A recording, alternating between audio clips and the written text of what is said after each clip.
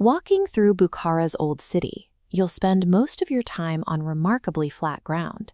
You stroll past the calm waters of the Liabi House pool and weave through the old trading domes without ever really changing your elevation. But then you reach the Magoki Atari Mosque. To get to the front doors of this building, you can't walk straight ahead. You have to walk down. This cross-section diagram shows exactly how steep that drop is. The entrance to the mosque sits 4.5 meters beneath today's street level.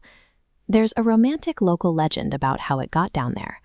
The story claims that when Mongol armies were marching across Central Asia, the city's residents intentionally buried this masterpiece under tons of sand to hide it from destruction.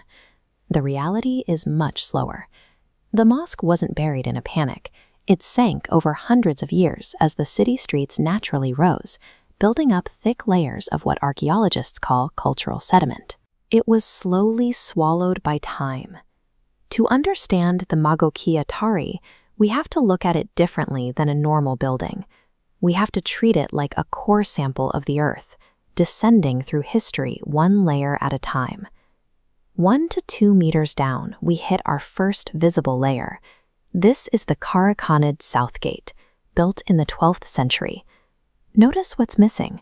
There are none of the bright, blue glazed tiles you see on later Central Asian monuments. Looking at these architectural details, 12th century artisans relied entirely on extreme, deep-carved geometric brickwork, cutting continuous grids and hidden floral motifs directly into the bare clay. Notice the lighting advice below. Deep cuts demand low-angle sunlight to cast sharp shadows, visually activating the patterns. The genius of the Karakhanid builders lies in their manipulation of negative space. They used the natural light and the shadow as their paint to bring a totally monochromatic surface to life. Digging past the 12th century, we reach an older stratum from the 8th through 10th centuries, where the focus shifts from the physical bricks to the people who gathered here. During this period, the site holds a distinct record of religious tolerance. Long before Bukhara built its first dedicated synagogue, local Muslim and Jewish communities shared this space for daily prayers. Pushing to the absolute bottom of the pit, 4.5 meters deep, we hit the pre-Islamic foundation. The earliest known stones laid at this depth belonged to an ancient Zoroastrian temple, where early residents worshipped fire and the local moon god. The name of the mosque itself, Atari, translates to spice merchant or perfumer. Before it was a place of worship, this deep dirt layer was a bustling ancient bazaar, specializing in herbs, spices, and aromatic oils. Across shifting empires and evolving religions, this exact coordinate has continuously anchored Bukhara's spiritual and commercial life. Bringing our timeline back to the modern era required a massive cleanup. In the 1930s, archaeological teams finally arrived with shovels to clear away centuries of packed dirt, exposing the South Gate to the sun for the first time in generations.